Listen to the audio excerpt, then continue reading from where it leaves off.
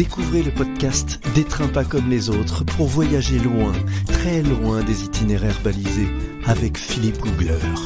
Des trains pas comme les autres, disponible sur toutes les plateformes.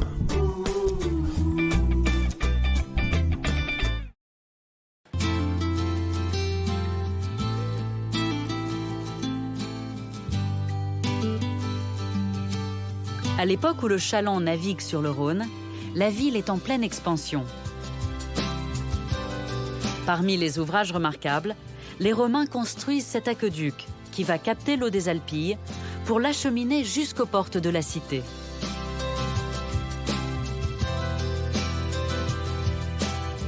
Aujourd'hui, ces vestiges, cachés sous les arbres, font l'objet d'une attention toute particulière.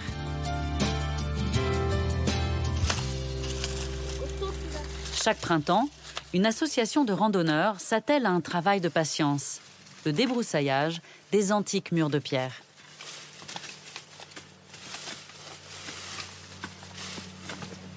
Peu à peu, l'ouvrage réapparaît sous le regard d'un archéologue autodidacte, Otello Badan.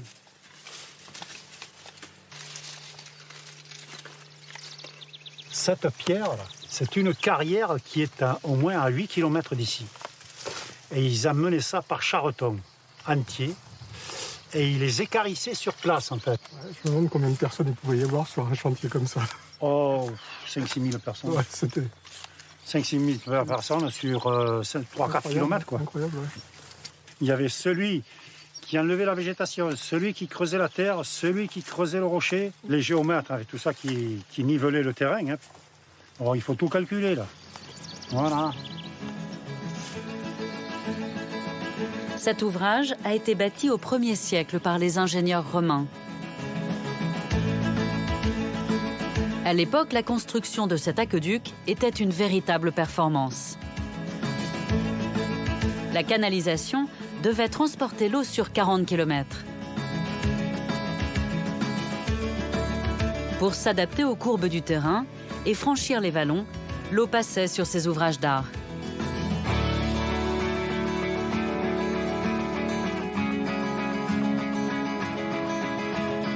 Face aux collines, elle disparaissait dans des tunnels creusés à même la pierre.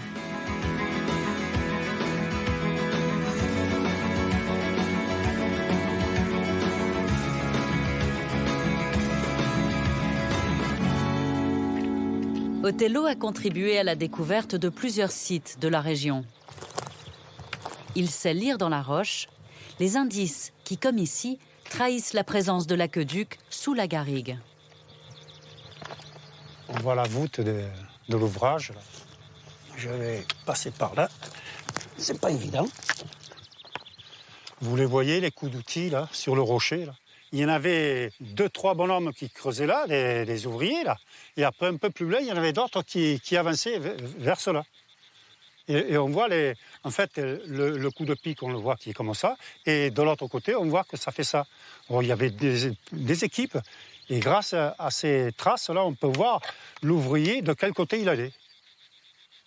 Ils ont suivi les courbes de niveau, même dans les vallons comme ça. Ils n'ont pas fait de pont, ils sont allés au nord comme ça. Et ils ont fait comme un vrai serpent. Hein. Dans la plaine, l'aqueduc était invisible. À la demande d'un historien, Otello est parvenu à retrouver le tracé de l'ouvrage en observant les cailloux. Il faut tout regarder. La couleur de la terre, la végétation. Il faut vraiment se mettre à quatre pattes parce qu'il y a quelques petits indices, quelques petites concrétions qui restent en surface du nettoyage que les Romains ont fait. C'est en retrouvant ces pierres venant des travaux d'entretien de l'aqueduc qu'Otello a découvert une cheminée d'accès. Dans ce vaste champ, il a fait ouvrir un trou et à la surprise générale, il est tombé directement sur ce puits.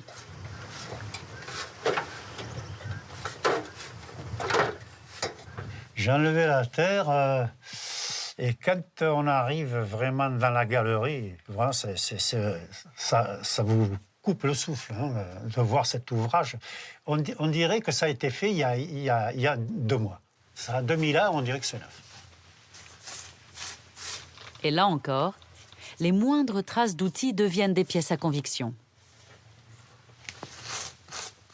il devait y avoir des habitants romains pas bien loin, et ils venaient se servir, ils venaient prendre de l'eau qui était plus... En principe, c'est interdit d'aller prendre de l'eau dans un aqueduc. Mais ici, là, on voit l'usure des cordages quand ils venaient prendre de l'eau pendant des siècles. C'est extraordinaire, j'ai jamais vu un truc pareil. Les découvertes d'Othello ont permis de préciser le tracé souterrain de l'aqueduc. Actuellement, les scientifiques travaillent sur une autre partie du tunnel, à une dizaine de kilomètres en amont, en plein cœur des Alpilles. C'est à quelques pas de cette chapelle qu'ils ont découvert une autre entrée. Au pied de cette tour, une impressionnante partie de l'aqueduc est à l'étude. Aujourd'hui, 2 archéologues viennent explorer ce conduit pour aider le travail des historiens. Vous avez une idée de la profondeur? Ça fait environ 16 mètres. Bon, J'y vais là. Les 2 hommes visitent la partie sud du canal souterrain, sous les yeux d'Othello et de Philippe Levaux, un spécialiste du monde romain. Je vais voir si le passage par dessous est possible, mais il est un peu encombré là. Il y a un bloc qui est tombé d'en haut d'ailleurs et qui gêne l'accès. Ouais, ça passe bien quand même. Ouais. Allez, on peut se tenir debout. c'est quand même un travail assez monumental. Là, on a un puits qui fait presque 4 mètres carrés au sol, sur une quinzaine de mètres de profondeur. Ça représente quand même 60 mètres cubes de roche. C'est pas rien.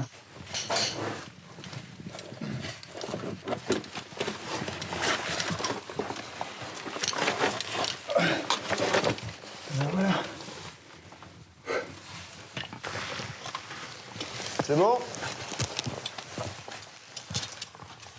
Une fois passés les 3 goulets, Thierry et Martin arrivent dans le canal lui-même. C'est quand même bien rectiligne. Une construction qui va les renseigner sur la maîtrise technique des ingénieurs romains.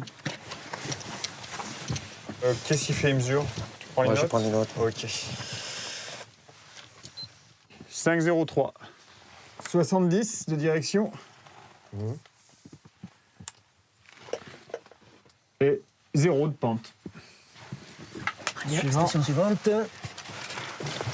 Grâce à leurs instruments, Martin et Thierry mesurent la pente réelle du conduit sur plusieurs centaines de mètres.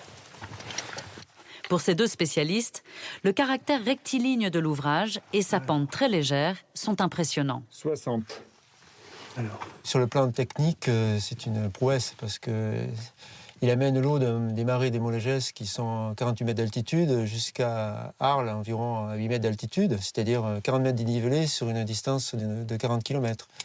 Il faut quand même apprécier la qualité du travail des ingénieurs de l'époque pour arriver à faire courir ce fil d'eau sur une telle distance. Ça, je pense que c'est assez spectaculaire. Après plusieurs heures d'observation, les archéologues vont avoir le privilège de faire une découverte émouvante. Voilà. On peut y circuler, donc j'y vais. Au-dessus de la voûte, un mince espace abrite un témoignage du passage des ouvriers romains. Ce sont des niches qui font 5-6 cm de largeur pour autant de hauteur. Ces niches servent simplement à poser des lampes lors du creusement, simplement pour pouvoir s'éclairer. D'autres, elles sont creusées au gré des besoins en éclairage, sans régularité réellement fixée. Alors là, vu la taille, on peut poser, je dirais, les lampes à huile romaines classiques, comme on peut les connaître, avec encore quelques traces de charbon qui y courent. Grâce à ces recherches, le tracé de l'aqueduc est maintenant connu depuis les Alpilles jusqu'à Arles.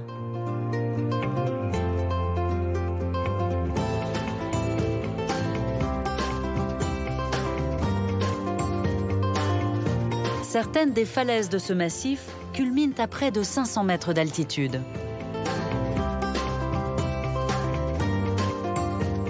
Au pied de ces montagnes, la culture de l'olivier dessine de formidables mosaïques.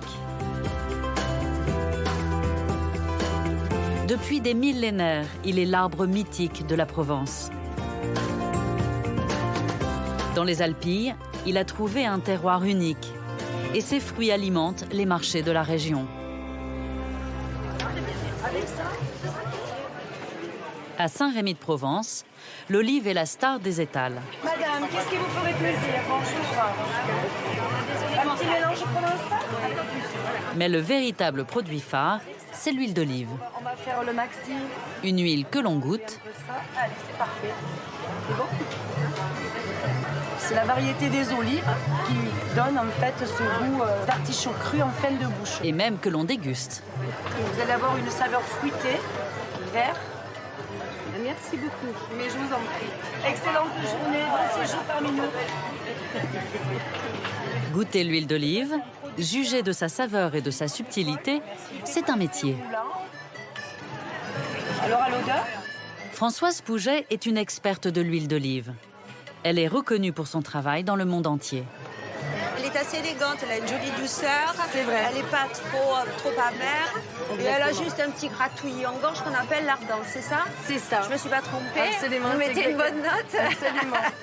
Bon, mais ça va. C'est exactement ça. C'est moi, je vous remercie beaucoup. Dans les allées du marché, Françoise Pouget poursuit ses dégustations. Un art qu'elle a appris en Espagne. C'est pourquoi son métier porte un nom étonnant aux accents ibériques. Elle est catador. Alors, catador, c'est ni un gros mot, ni une maladie, ni une tueuse d'huile d'olive. Catador, c'est dégustateur d'huile d'olive vierge. On pourrait, pour concrétiser que ce soit plus clair, comme étant une œnologue de l'huile d'olive.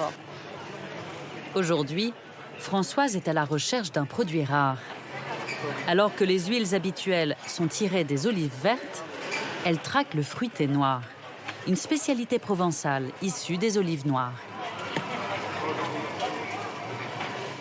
Oui, là, on est bien entendu tout à fait sur autre chose. Oui, là, c'est vraiment les olives noires, la tapenade, les arômes. Là, il n'y a absolument pas d'amertume, il n'y a absolument pas d'ardence et des arômes très évolués.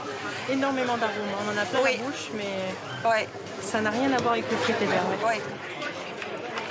Longtemps oublié, le fruité noir fait un véritable retour en force, grâce à l'enthousiasme d'ambassadeurs comme Françoise. Quand vous rentrez dans un moulin, vous avez une odeur de fruitier noir qui est en train de se faire. C'est entre le guerlin et le quasi-orgasmique, quoi. Ça vous prend. Il y a un vrai... je sais pas, c'est de l'ordre du sens, du sensuel, de quelque chose qui vous échappe et qui vous touche en même temps. Voilà.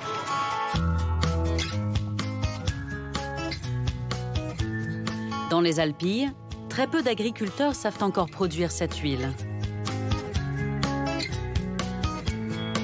Seuls quelques passionnés ont décidé de relancer cette activité ancestrale.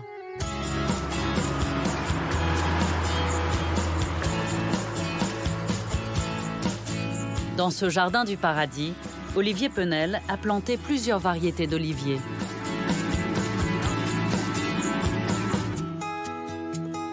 Nous sommes au printemps, les arbres sont en fleurs. La récolte s'annonce bonne. Mais une menace pèse. Les mouches pondent sur les fleurs et compromettent la qualité du fruit. Là, en ce moment, on est en train de passer de l'argile pour éloigner les mouches. Alors, on les voile juste légèrement avec une argile blanche. Et comme il y a eu en ce moment un vol de mouches, et elles ont des gros yeux globuleux, mais plein de petites facettes. Et ce qui fait qu'elles repèrent un olivier à sa couleur. On change légèrement la couleur, elle est perdue, elle va à côté, et c'est gagné. Prochaine étape, ce sera la récolte. Pour produire son huile, Olivier s'est inspiré du savoir-faire de son grand-père. Il a retrouvé cet art qui avait presque disparu. J'ai essayé de revenir sur des gestes simples, sur des goûts d'autrefois. Et j'ai revu tout ce qui se passait pendant mon enfance. Et je me suis souvenu de toutes les odeurs et tout ça, tous les gestes. Et il faisait comme ça, j'en suis sûr. Il faisait comme ça. Parce que quand vous mettez les mains dans un tas d'olives, et quand il est bien, si vous savez bien le faire, ça embaume, ça sent le tabac blond, c'est même plus que l'olive noire, quoi. Ça commence à être un peu cacaoté, truffé. Ah ouais, ça vaut le coup. Et on ne se salit pas les mains.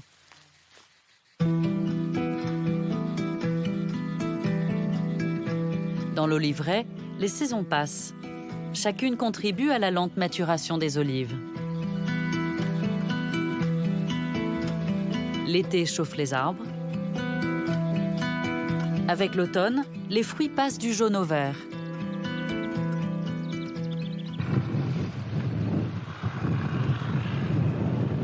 Nous sommes en décembre, les olives sont enfin mûres, prêtes à être cueillies.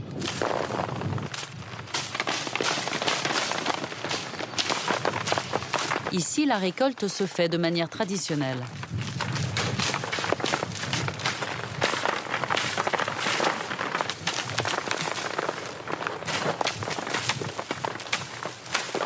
Il faut choisir le bon côté pour taper, pas n'importe... Parce que si on tape par exemple comme ça, on peut casser les branches. Il y a un sens de taper, quoi. C'est naturel, quoi. Donc on n'a pas besoin de machines, des trucs comme ça. Donc nous, on ramasse toujours comme ça, quoi. Ça marche. Ouais. Attention, vous, hein. Surtout les yeux. Aïe! Ah. Grâce à cette technique, les cueilleurs ramassent près de 3 tonnes d'olives par jour.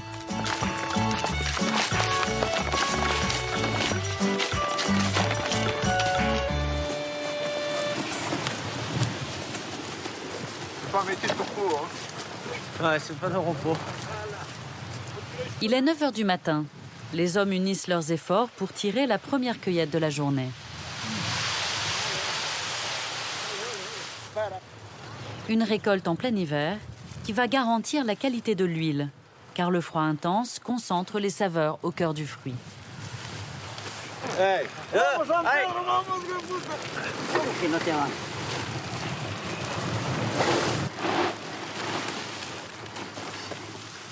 Là, je pense qu'il fait autour de 0. Et avec un bon Mistral à 5 km/h, ouais, c'est assez froid. Il faut résister. Ça fait une bonne huile, c'est essentiel.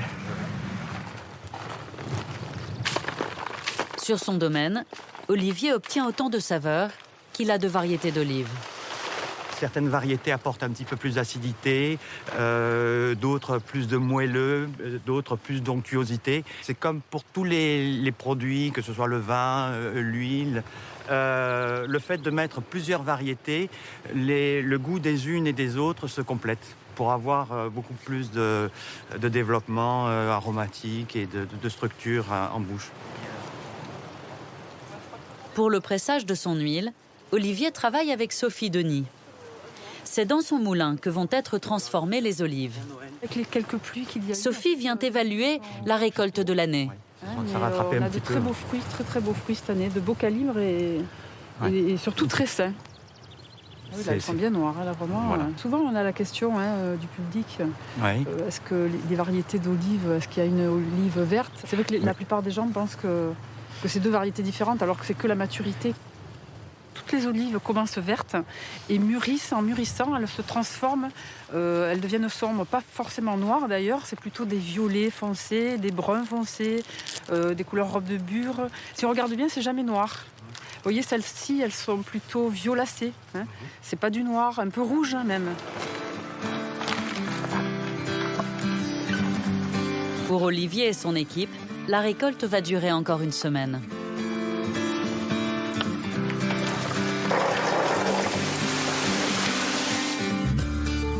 Les fruits prendront alors le chemin du moulin de Sophie.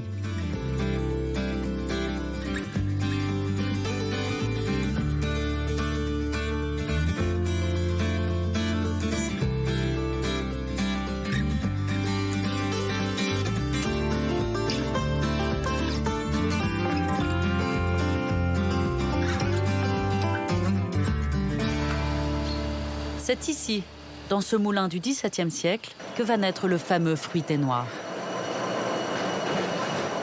Mais avant le pressage, les olives doivent subir une dernière étape. Elles sont stockées dans ces greniers pendant plusieurs jours pour faire naître un phénomène naturel indispensable, la fermentation. En fait, vous la remplissez pour demain, là, maintenant. Le fait d'avoir une accumulation de fruits, le grenier faisant entre 10 et 20 tonnes, on a un échauffement naturel des fruits qui se fait. Donc ça, autrefois, on le mesurait de façon empirique, en mettant les mains dans le tas ou voilà, par le contact, la chaleur. Et aujourd'hui, on utilise une sonde pour pouvoir vraiment suivre la montée en température. Et cela fait évoluer les arômes de l'huile d'olive. Et c'est en fait le secret du fruité noir.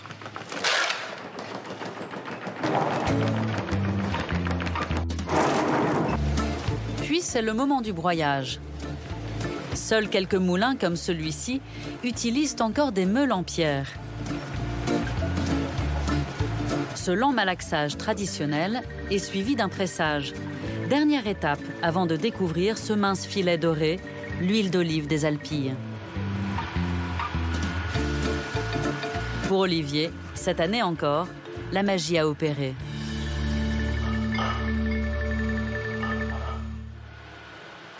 Il faut l'essayer, celle-là. C'est mon huile.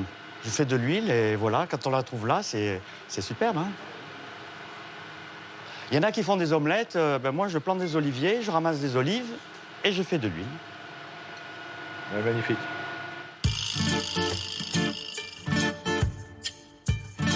Produit d'exception, le fruité noir a traversé les âges. Il renoue avec les saveurs des huiles de la Méditerranée.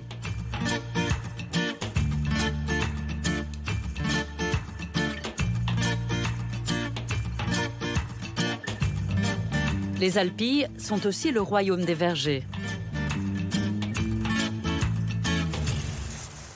C'est ici, dans ces serres, qu'est cultivé un fruit de l'été, le cantaloup de Provence. Une variété ancienne de melon produite depuis longtemps par Lina et Jeannot.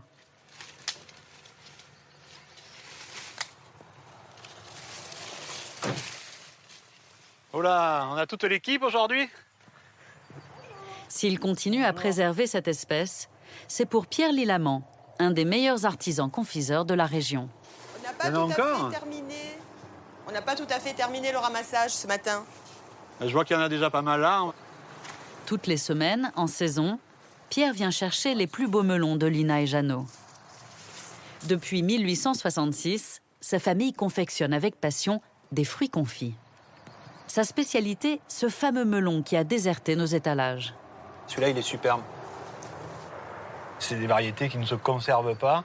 Une fois cueillies, il faut les travailler ou les consommer. C'est pour ça qu'elles ont été abandonnées. Mais par contre, pour faire du fruit confit, pour retrouver un goût de fruit dans le fruit confit, il faut absolument travailler avec ces variétés-là. C'est pour ça vraiment qu'on travaille. On a encore des fous qui veulent bien jouer les fous avec nous pour arriver à un résultat gustatif qui est incomparable. Il a dit les fous. Mais on est un peu fou pour faire ça, mais c'est fou dans la joie et la bonne humeur. Ouais. Je finis de ramasser. Et après, je te donne un coup de main. OK. Pour conserver cette variété de melon, Lina et Jeannot gardent les graines d'une année sur l'autre. Direction Saint-Rémy-de-Provence, à quelques kilomètres de là.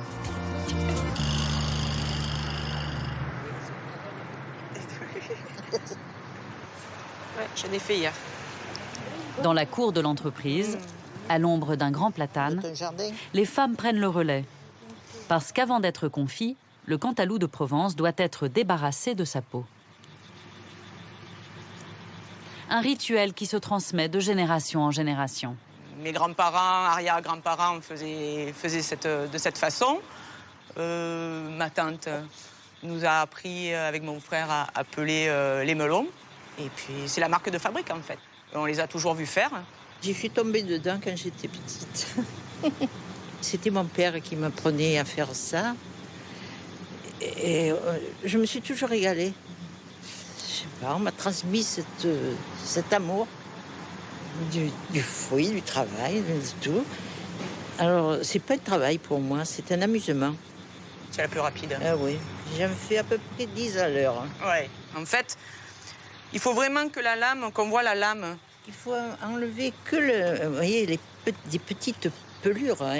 Ouais. C'est très très fin. Et en fait, on se retrouve au bout de, bon, pour moi 10 minutes, un quart d'heure, avec la forme du melon comme ça. Enfin, on dirait pas qu'il a été pelé en fait. Ouais. On sculpte, on fait de l'art, on dira, à notre façon. C'est bon? Il a l'air vert. Attends, je te le laisse pour une fois. Toute la journée, les femmes répètent les mêmes gestes, fixant leur attention sur la lame du couteau et sur l'épaisseur de la pelure. Préparer ensemble ces melons, c'est aussi nourrir les liens qui unissent ces femmes, toutes générations confondues.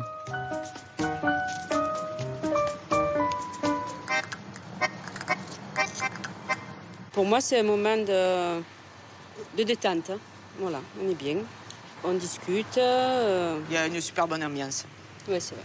Chacun raconte sa vie de famille, ses recettes de cuisine. Oui, entre autres. Entre autres. Des fois, on est dans nos pensées très profondes. On est dans notre monde. Des fois, dans la journée, on ne parle pas. Oui, des fois, on ne parle pas. On est là, on pèle. Des fois, on pleure. Des fois, on craque. Des fois, on se prend des fous rires. Enfin, voilà, on partage notre vie, quoi, en fait. Et Martine? Oui. Donc, c'est une histoire de femme. Oui, c'est vraiment une histoire de femme. Une fois les melons pelés, les quartiers sont chauffés dans ce jus et piqués un à un pour que le sirop pénètre au cœur du fruit. Après l'avoir préparé, l'avoir pelé ou rincé, on va le ramollir à l'eau. Et cette étape-là est essentielle puisque trop ramolli, le fruit va partir en confiture. Et s'il n'est pas assez ramolli, pas assez blanchi, il va racornir plus tard dans les étapes de fabrication. Et là, il y a tout l'art du confiseur qui va piquer, qui va regarder, qui va toucher. Il n'y a pas vraiment d'apprentissage, c'est l'expérience. L'étape suivante est cruciale. Le melon est cuit dans un sirop. Peu à peu, ce mélange d'eau et de sucre remplace l'eau naturelle du fruit. L'opération se répète 7 ou 8 fois pendant 3 ou 4 semaines. C'est le confisage. Une alchimie gourmande qui transforme doucement le fruit et exhale des parfums intenses. Ça dégage vraiment un parfum assez exceptionnel. D'ailleurs, même quand on passe les différents bouillons, on le sent même dans la cour. Ça sent un peu l'été. On arrive à la fin, hein, comme presque bientôt. Et là, ça a l'air bien cuit. Ouais.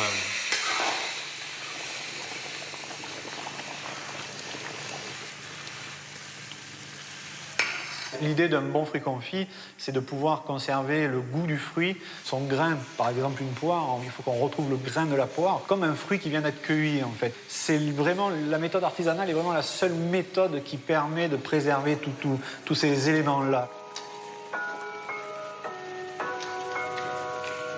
Ici, tous les fruits sont touchés par la magie du confisage. Un savoir qui s'est élaboré au fil des siècles. Les Romains trempaient des fruits dans du miel. Mais c'est au Moyen-Âge que Nostradamus, le célèbre astrologue, trouve la recette idéale. Il écrit « Fardements et confitures », qui reste encore aujourd'hui la recette du fruit confit partagée par les meilleurs artisans.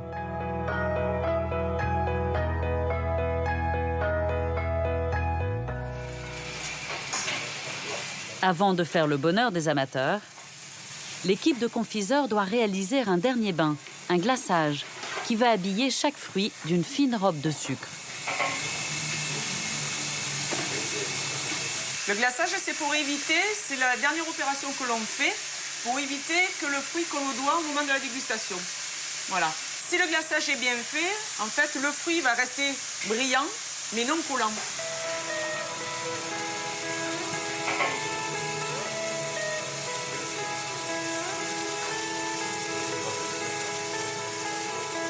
Sublimés par cette longue transformation, melons, poires, fraises, figues, oranges et mandarines gardent toute leur place dans le patrimoine provençal.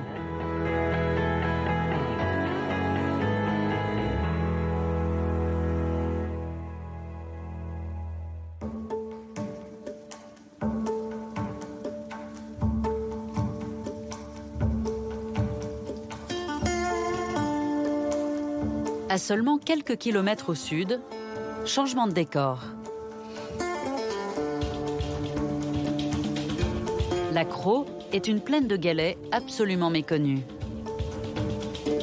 Cette vaste étendue est l'ancien delta de la Durance. Aujourd'hui, c'est aussi l'une des seules steppes d'Europe.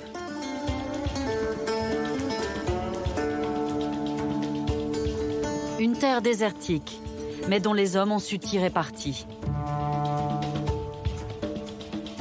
Une fois irrigué, ce territoire donne naissance à un trésor. Une richesse unique qui s'exporte dans le monde entier. C'est le foin de Crau. Une multitude de plantes et de fleurs qui donnent à ces prairies leur exceptionnelle qualité et a même permis à ce fourrage de recevoir une appellation d'origine contrôlée. Lionel Escoffier est l'un des ardents défenseurs de cette culture. Donc voilà, toutes les graminées, ce sont ce style-là. Donc vous avez du dactyle, du brome, du fromental. Et ensuite, vous avez donc on va dire une partie, nous, qu'on appelle le talon, en fait, qui est essentiellement composée de légumineuses.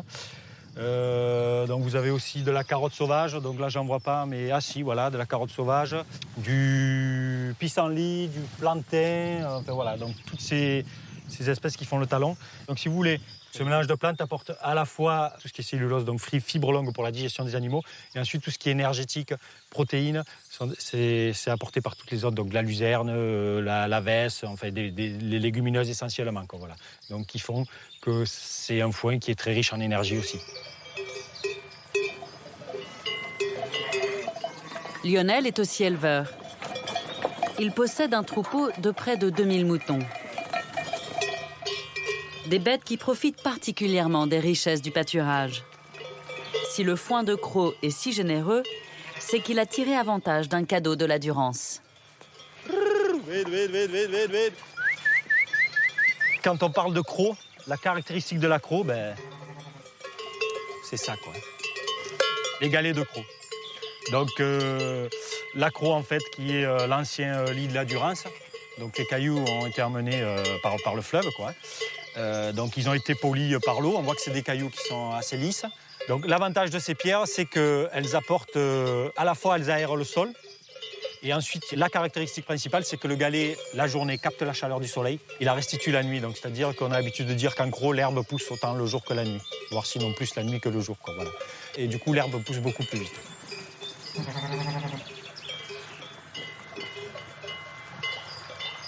Une herbe qui bénéficie d'un autre bienfait. Les eaux de la Durance acheminées jusqu'ici par ces petits canaux. Cet ingénieux réseau d'irrigation du XVIe siècle a permis de faire de ce désert une plaine agricole. C'est grâce à l'eau que nos terrains sont aussi fertiles. Ce qui fait aussi la richesse de cette eau, c'est qu'elle arrive des Alpes. On peut voir là, elle est assez boueuse, donc elle est chargée de limon, d'oligo-éléments. Et ces limons, une fois que l'eau pénètre dans le sol, ils se déposent sur la parcelle. Et c'est ce qui apporte aussi tout ce qui est minéraux, vitamines à la prairie, à l'herbe et au foin de Crau.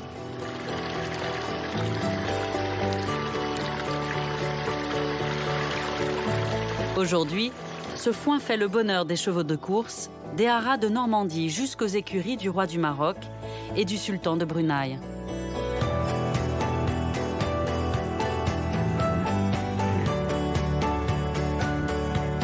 En quelques kilomètres, la plaine de la Crau laisse la place à un paysage inattendu, les marais des Baux.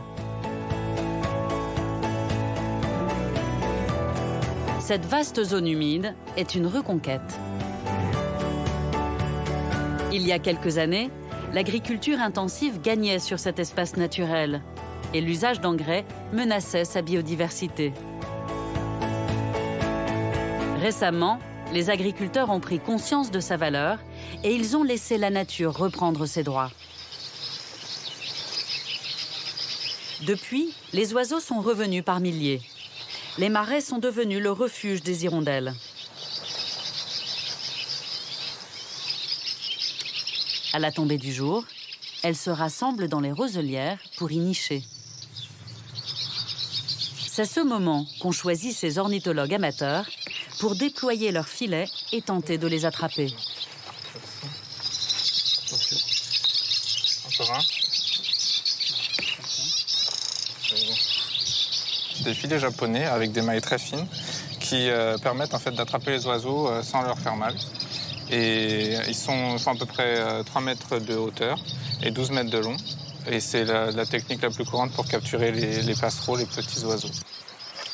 Ces bénévoles de l'association Arocha organisent régulièrement des comptages. Et pour ça, ils ont une astuce, ils diffusent des cris d'hirondelles.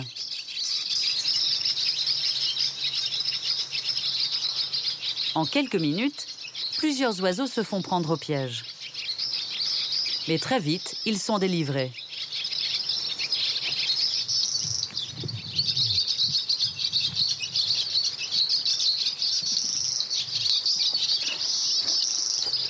Alors, en fait, il y a plusieurs espèces. Ça fait partie de la famille des insectivores. Ce sont des oiseaux qui ont donc un bec assez fin. La particularité en fait de cette famille-là, c'est qu'en fait, elles vont avoir une grande bouche et elles vont chasser les insectes en vol.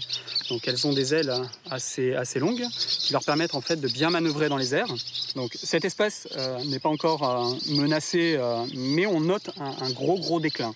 Donc, du coup, c'est vraiment important de s'intéresser à ce petit oiseau qui fait quand même une traversée assez fantastique. Elle va parcourir jusqu'à 3000 km. Pour les hirondelles, les marais des Baux sont la dernière étape avant la grande traversée de la Méditerranée et du Sahara. Un site que ces voyageuses au long cours n'ont pas choisi par hasard.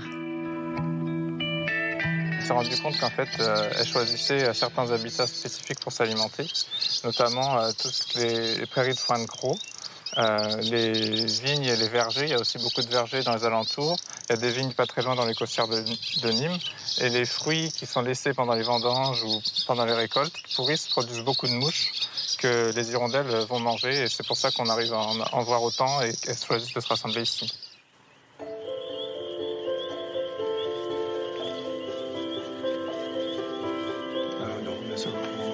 À la nuit tombée, suite du programme d'études. 18,6 g. Les hirondelles sont mesurées, baguées. Elles passent même à la pesée. Et là encore, les bénévoles ont un moyen étonnant pour évaluer leur santé physique.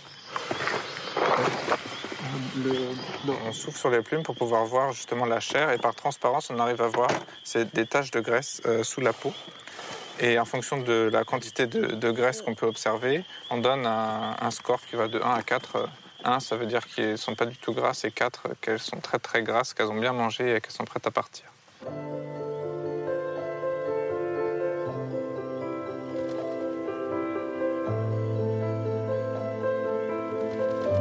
Les 238 hirondelles étudiées par l'équipe ne seront relâchées que le lendemain matin.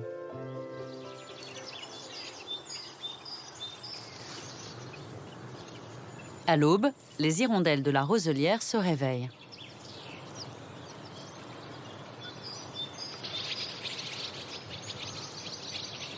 C'est le moment de libérer les captives.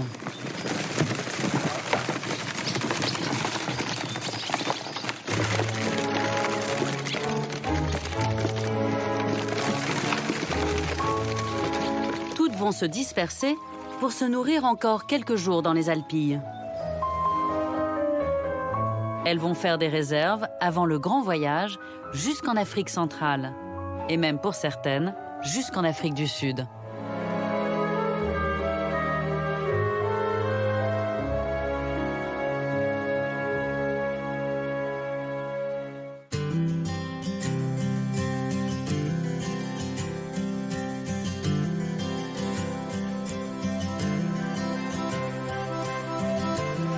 Retour dans la ville d'Arles.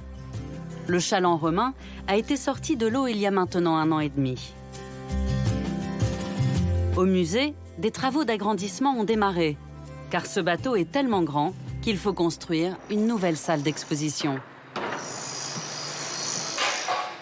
Seul Claude Sintès, le directeur, arrive à imaginer la future place de l'embarcation. Oh là là, ah oui, ça a bien poussé depuis la dernière fois, hein. Le bateau va être installé de cette manière, c'est-à-dire que vous aurez la proue qui sera là-bas, puis le bateau va se développer sur toute cette force et va arriver jusqu'à l'arrière là-bas, à la poupe. Et on a trouvé aussi le mât du bateau, et donc il va falloir installer le mât sur son bateau, bien évidemment, et pouvoir donner au public la compréhension de ce qu'était véritablement un bateau dans l'Antiquité. Au moment de son naufrage dans le Rhône, le chaland transportait des pierres qui devaient servir à la construction de villas romaines.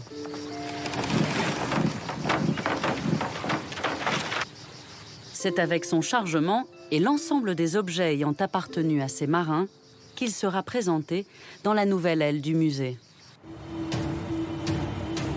Mais la restauration du bateau est loin d'être terminée.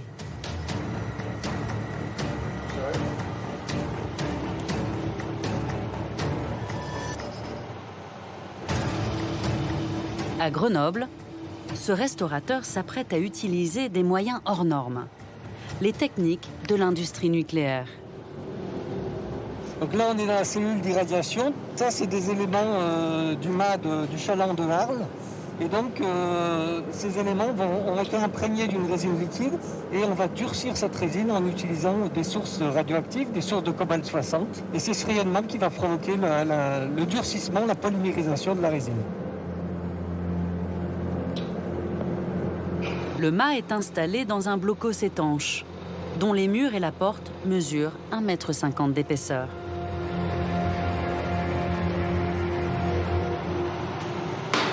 Une fois la porte fermée, les barres radioactives situées dans cette piscine peuvent remonter. L'irradiation va durer 48 heures. C'est une technique qui fonctionne très bien pour consolider véritablement, avoir une très grande solidité au niveau des objets. C'est le cas du mât de Arles qui a une très grande fragilité et donc qui a dû être consolidé avec cette technique.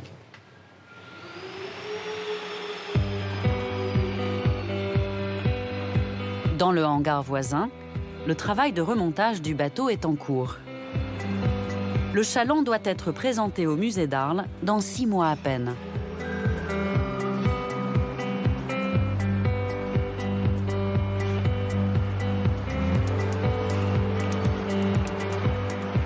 Grâce aux étiquettes jaunes, les archéologues restaurateurs reconstituent le puzzle géant.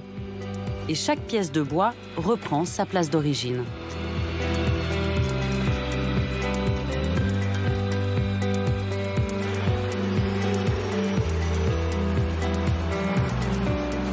Sabrina, l'archéologue responsable du projet, est venue voir l'avancée des travaux.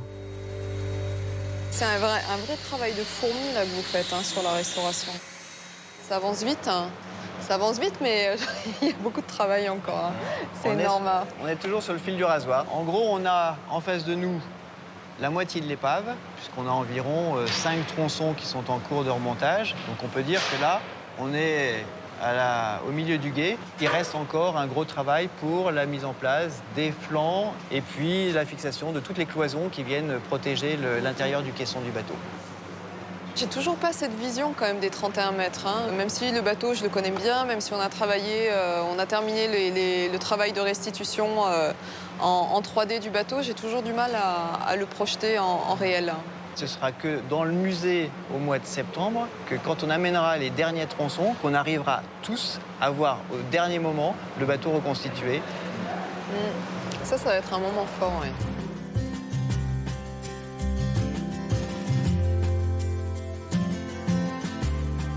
Au musée, l'exposition du bateau gallo-romain se prépare. Les objets les plus emblématiques sont en pleine restauration. Ethel s'occupe de la mascotte de la fouille, ce petit chien en céramique. Il s'agit d'une cruche, mais vraiment avec une forme originale, avec le bec verseur ici, dans la bouche du chien, l'anse, la poignée pour pouvoir verser comme ça. Ensuite, le fond plat permet de le poser. Et normalement, à la fin de la restauration, il tiendra debout et on pourra le présenter vertical. Entre collage, prélèvement et restauration, le travail ne manque pas. Ah, mais c'est génial ça! Oliva Bracta. Pour David, en charge des céramiques, Chaque jour apporte une nouvelle énigme. Il vient de découvrir une inscription inconnue. Et c'est souvent ce qui est problématique avec les inscriptions Tintin. On est content d'en avoir et quand on en a, des fois, on ne sait pas ce que c'est. Certains mystères ont été résolus. David a pu identifier l'étrange visage de ce grand vase sorti des eaux du fleuve. C'est la représentation très rare de Sabasios, un dieu romain. C'est vrai qu'on s'est posé pas mal de questions quand on l'a découvert. On ne savait pas si c'était une méduse barbue avec des serpents, enfin, c'était pas cohérent. Et depuis, on a retrouvé 2 vases très similaires aux nôtres, à Pompéi, dans la maison des cultes magiques. Or, il se trouve que ce personnage est représenté le plus souvent avec des serpents, qui est représenté barbu. Donc, nos hypothèses convergent vers ce culte de Sabasios. Après, il faut bien voir que c'est un objet fonctionnel qui servait à mélanger le vin avec de l'eau. On pouvait même, pour des banquets, on va dire, un petit peu prestigieux, faire venir de la glace pour le mélanger. Donc c'est vrai que c'est un objet qui servait à ça. Les unes après les autres, les centaines de céramiques remontées par les plongeurs sont passées dans les mains des restaurateurs. Au musée, elles vont rejoindre les célèbres statues déjà sorties du Rhône, Auguste, César et Neptune. Ces figures romaines assistent aujourd'hui au remontage du dernier tronçon du bateau. Nous sommes en septembre 2013. L'heure de l'inauguration approche. Emballée comme un tableau de maître, la proue du navire fait son entrée dans le musée.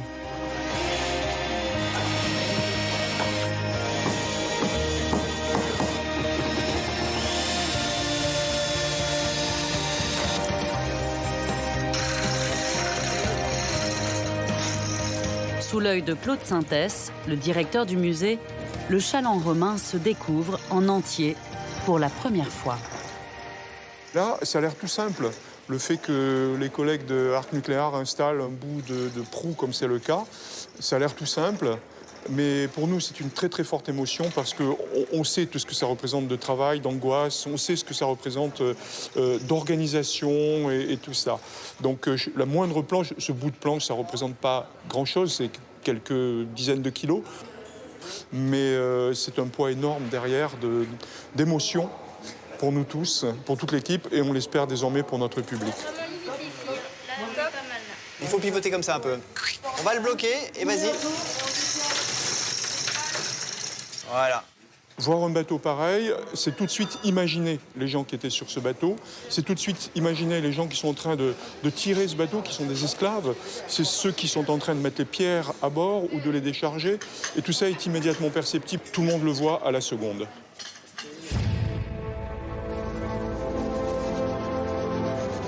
Dernier jour de travail et dernière retouche. 450 objets qui racontent la vie du port d'Arles au 1er siècle après Jésus-Christ rejoignent les vitrines de la nouvelle salle du musée. Et la mascotte de la fouille, désormais entièrement restaurée, trouve une place de choix.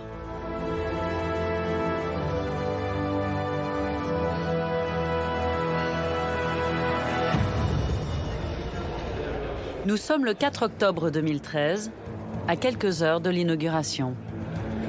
Présenté dans une fosse de 35 mètres de long, le chaland semble prêt à larguer les amarres et à poursuivre sa navigation sur le fleuve. Comme à l'époque de son naufrage, tout est en place. La cuisine a été réinstallée à l'arrière, avec son brasero, la vaisselle et les outils des marins.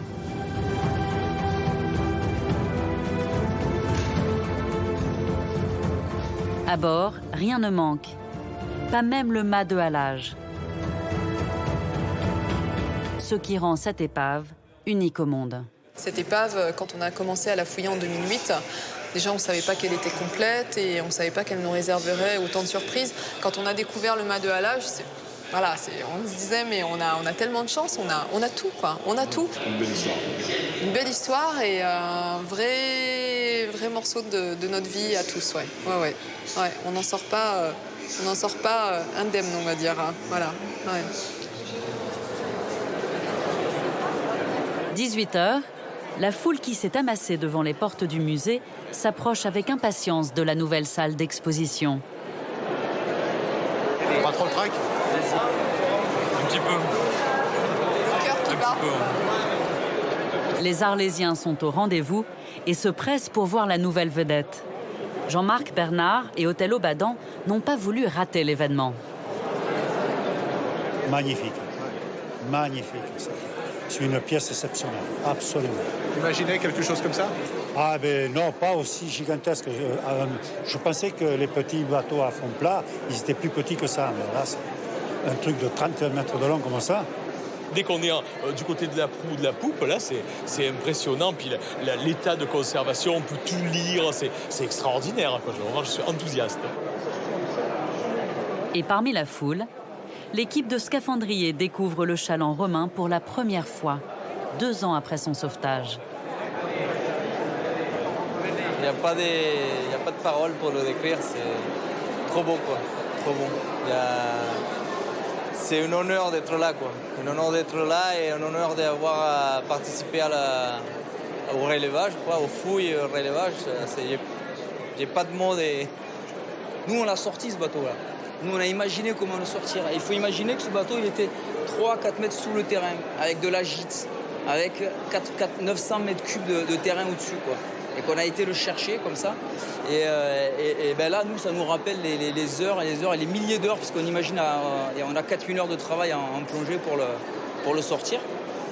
Et voilà, donc là, c'est vraiment voir l'aboutissement d'un travail incroyable qui sera, je pense, en tout cas pour tous les scaphandriers qui ont travaillé sur cette opération, de nos plus beaux chantiers, quoi. Et pour moi qui l'ai dirigé, évidemment, c'est une énorme satisfaction. Le bateau vous échappe un peu à partir de ce moment-là? À partir de là, il est rentré dans le domaine du patrimoine, il n'est plus à nous, il est au public.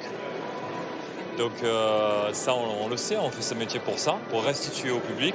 Et c'est vraiment avec beaucoup de bonheur de voir justement beaucoup de gens venir admirer ce bateau. Après 2000 ans passés dans l'eau, le chaland du Rhône a été classé trésor national.